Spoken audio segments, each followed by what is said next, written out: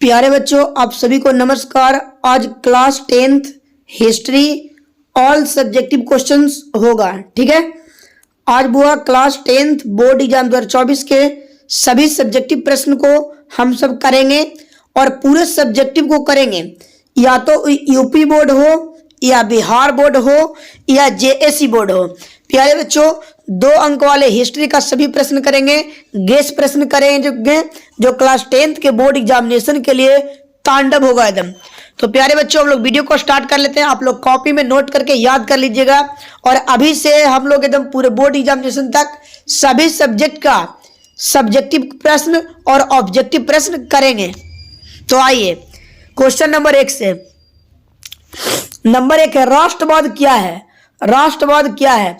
उत्तर answer, सामान्य अर्थों में राष्ट्रवाद का अर्थ अपने देश के प्रति सोच और लगाव की भावना या विकास करना है।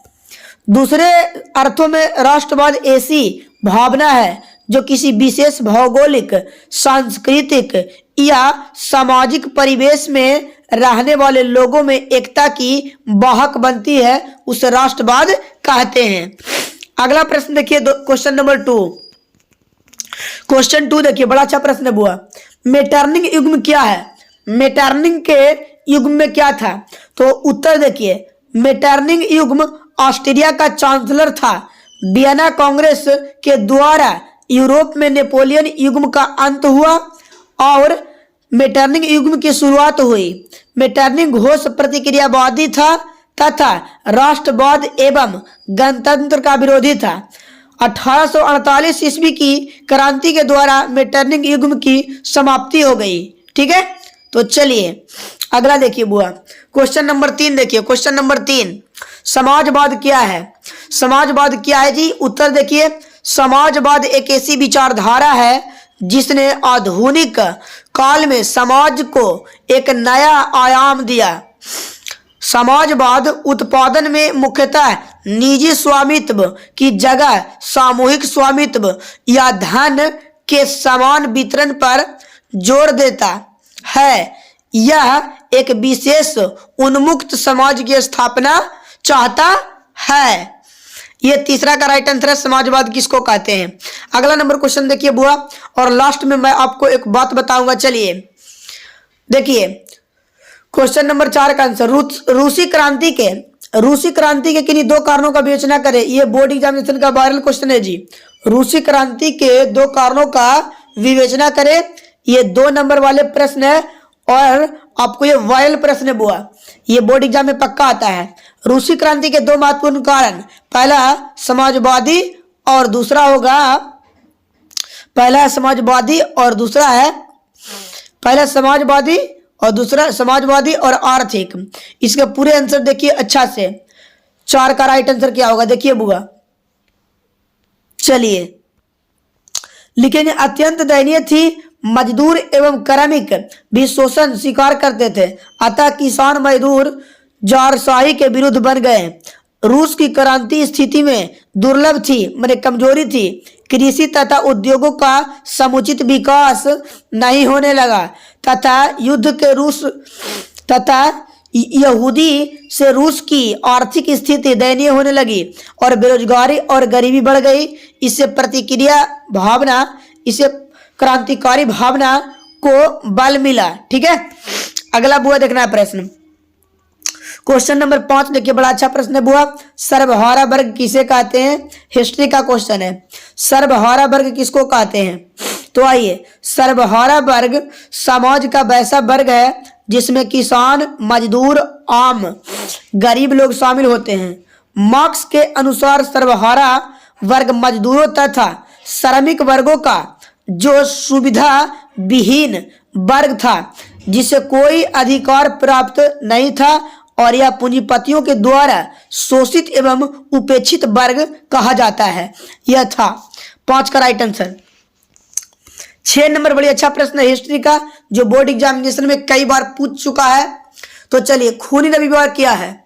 आंसर, रूस में 9 जनवरी 1905 को लोगों को समूह रोटी दो के नारे के साथ साथ सड़कों पर प्रदर्शन करते हुए सेंट पीटर्सबर्ग स्थित महल की ओर से जा रहे थे, परंतु जार की सेना इन निहत्थे मजदूरों पर गोलियां बरसा दी, जिसमें हजारों लोग मारे गए। इसलिए इस दिन को रूस में खूनी रविवार के नाम से जाना जाता है, जिसको लाल रविवार भी कहते हैं। 6 का राइट आंसर। 7 नंबर प्रश्न देखिए, ठीक है, प्रश्न संख्या 7। आइए प्रश्न संख्या 7, कार्ल मार्क्स के विषय में आप क्या जानते हैं, यानी कार्ल मार्क्स के संक्षिप्त वर्णन करिए। कार्ल मार्क्स का जन्म जर्मनी के राय प्रांत के टियर नगर में यहूदी परिवार में हुआ था। मार्क्स अपने रूसो, मॉन्टेस्क्यू एवं हिगले की विचारधारा का गहरा प्रभाव था। मार्क्स और एंगल्स ने मिलकर 1948 में कम्युनिटी मैनिफेस्टो अथवा साम्यवादियों घोषणा पत्र प्रकाशित किया। मार्क्स ने पूंजीवादी की घोषणा और बतरसा की और श्रमिकों के हक की बात उठाई। उसने दुनिया के मजदूरों के चलिए देखिए आगे यहाँ पे देखिए, उसने दुनिया के मजदूरों को एक हो का नारा लगाया और मार्क्स ने अपनी विख्यात पुस्तक दास कैपिटल का प्रकाशन किया 1867 में, जिसे समाजवादियों का बाइबिल कहा गया। ठीक है, अगला प्रश्न देखिए 8 नंबर, हो ची मिन का संबंध किससे है? हो ची मिन एक समाजवादी प्रभावी था। उसने 1925 में वियतनामी क्रांतिकारी दल का गठन किया। फ्रांसीसी समाजवादियों के लड़ने के लिए कार्यकर्ताओं ने सैनिक प्रशिक्षण की व्यवस्था की। 1930 में राष्ट्रवादी गठों के एकत्रित कर लिया। वियतनाम कांग और सान देक अर्थात वियतनामी कम्युनिटी पार्टी की स्थापना की और विश्वव्यापी आर्थिक विकास मंदी एवं फ्रांसीसी सरकार की क्रूरता के कारण हो ची मिन का राष्ट्रवादी आंदोलन तीव्र हो गया, मैंने तेज हो गया। 9 नंबर प्रश्न देखिए बुआ, प्रश्न संख्या 9, हो हाओ आंदोलन के चर्चा करें। हो हाओ आंदोलन वियतनाम के एकीकरण हेतु बौद्धिक धर्मावलंबियों का एक धार्मिक क्रांतिकारी आंदोलन था, जो 1939 में शुरू हुआ और इसके नेता हुइन फूसो था। इस आंदोलन में क्रांतिकारी उग्रवादी घटनाओं को भी अंजाम देते थे, जिसमें आत्मदाह तक शामिल हुआ था। 10 नंबर प्रश्न देखिए, बहुत बड़ा अच्छा प्रश्न है। जेनेवा समझौता कब और किन के बीच हुआ? उत्तर 1954 ईस्वी में जेनेवा समझौता फ्रांस और वियतनाम के बीच हुआ। अमेरिका ने हस्तक्षेप के कारण हुआ था। 11 नंबर प्रश्न देखिए, बड़ा अच्छा है। बताइए, माइली गांव के हत्याकांड का वर्णन करिए। माइली गांव के हत्याकांड के वर्णन करना है। माइली गांव दक्षिणी वियतनाम का एक गांव है, जहां लोगों के वियतकांग समर्थक मानकर अमेरिका सेना पर पूरे गांव को घेरकर पुरुषों को मार डाला, औरतों और बच्चों को बंदी बनाकर कई दिनों तक सामूहिक बलात्कार किया और फिर उन्हें मारकर पूरे गांवों में आग लगा दिया गया। अमेरिकी सेना की इस बर्बाद पूर्वक कार्रवाई की संपूर्ण विश्व में आलोचना हुई थी। ये माइली गांव की हत्याकांड है बुआ। बताइए यहाँ पे प्रश्न संख्या आप लोग 12, प्रश्न संख्या देखिए 12 भी VVI प्रश्न है बुआ। गांधी जी ने खिलाफत आंदोलन को समर्थन क्यों किए? आंसर देखिए, आंसर यहाँ पे देखना है उत्तर। गांधी जी ने हिंदू मुस्लिम एकता के लिए खिलाफत आंदोलन का समर्थन किए, क्योंकि गांधी जी को भारत में एक बड़ा जन आंदोलन असहयोग आंदोलन चलाना था। 13 नंबर प्रश्न देखिए, प्रश्न संख्या 13, प्रश्न संख्या 13, ठीक है। आइए, गांधी जी ने दांडी यात्रा क्यों की और इसका परिणाम क्या था? उत्तर, नमक के व्यवहार उत्पादन पर सरकारी नियंत्रित था। गांधी जी इस अन्याय मानते थे। इसे समाप्त करने के लिए नमक कानून का भंग करने के लिए 12 मार्च 1930 को गांधी जी अपने 78 सहयोगियों के साथ दांडी यात्रा नमक यात्रा पर निकले और 6 अप्रैल 1930 को दांडी यात्रा पहुंचे। वहां पहुंचकर उन्होंने समुद्र के पानी से नमक बनाने पर कानून भंग किए। ठीक है, कानून भंग किए और इसी के साथ नमक सत्याग्रह सविनय अवज्ञा आंदोलन का आरंभ शीघ्र हो गया। 14 नंबर प्रश्न देखिए, बड़ा अच्छा प्रश्न है बुआ। 14 नंबर प्रश्न बड़ा अच्छा है। घरेलू और कुटीर उद्योग की परिभाषा।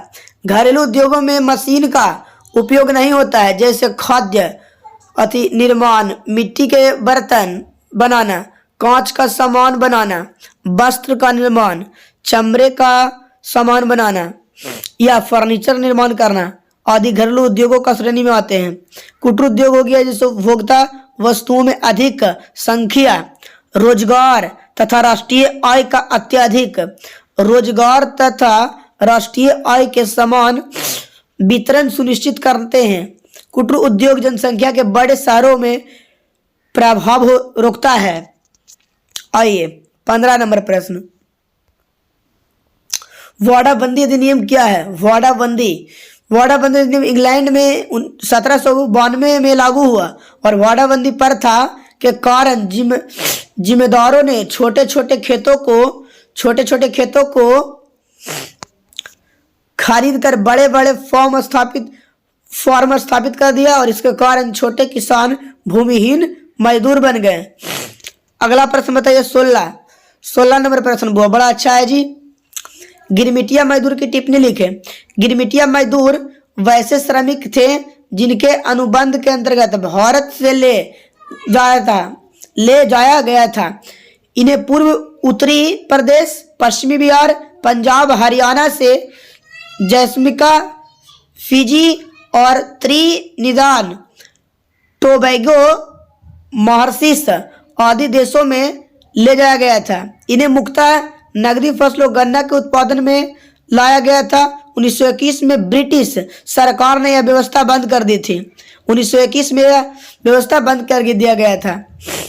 बताइए प्रश्न 17 नंबर, बहुराष्ट्रीय कंपनी क्या है? कई देशों में एक ही साथ व्यापार और व्यवसाय करने वाली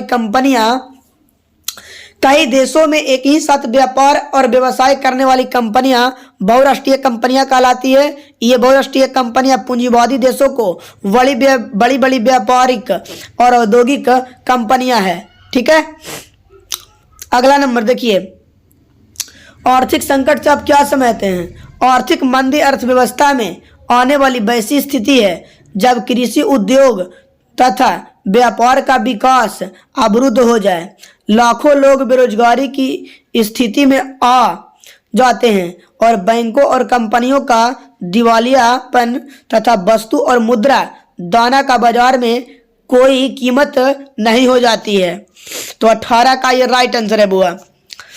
यहाँ पे 19 नंबर देखिए, भारत में पांडुलिपि कैसे बनाई जाती है? प्राचीन भारत में धातु पत्थर पर अभिलेख उत्कीर्ण करने वाले के लिए अतिरिक्त भोजन पत्र एवं ताड़ के पत्रों पर तथा बाद में हाथों पर बने कागज का व्यवहार लिखने की सामग्री के रूप में किया गया। इन्हीं हस्तलेख को पांडुलिपि की तैयार की गई, जैसे संस्कृत, पाली, प्राकृतिक ये सब और क्षेत्रीय भाषाओं अरबी तथा फारसी ऐसी असंख्यक पांडुलिपि तैयार की गई। इनके किनारों को सुंदर रंगीन चित्रों से सुसज्जित किया गया और इनके विभिन्न पत्रों से सीलकर उन जिल्द चढ़ी गई जाती थी जिससे सुरक्षित रहती थी। ठीक है, और लास्ट नंबर हम लोग का है, पार्थेलाओ की स्थापना क्यों हुआ? पार्थेलाओ एक सैन्य संगठन था। इसकी स्थापना के कारण यह था कि वह इसकी सहायता से लाओस में समाजवादी व्यवस्था स्थापित करना चाहता था, जिसकी स्थापना सुनफुन वोग ने किया था। तो प्यारे बच्चों, आपको यही बताते हैं कि वीडियो में आप इंड तक बने रहिए। चैनल को सब्सक्राइब कर वीडियो को लाइक करके कमेंट बॉक्स में कमेंट करिए आपको अभी तक कौन से टॉपिक में दिक्कत है। तो मिलता है आप लोग से नेक्स्ट वीडियो के साथ।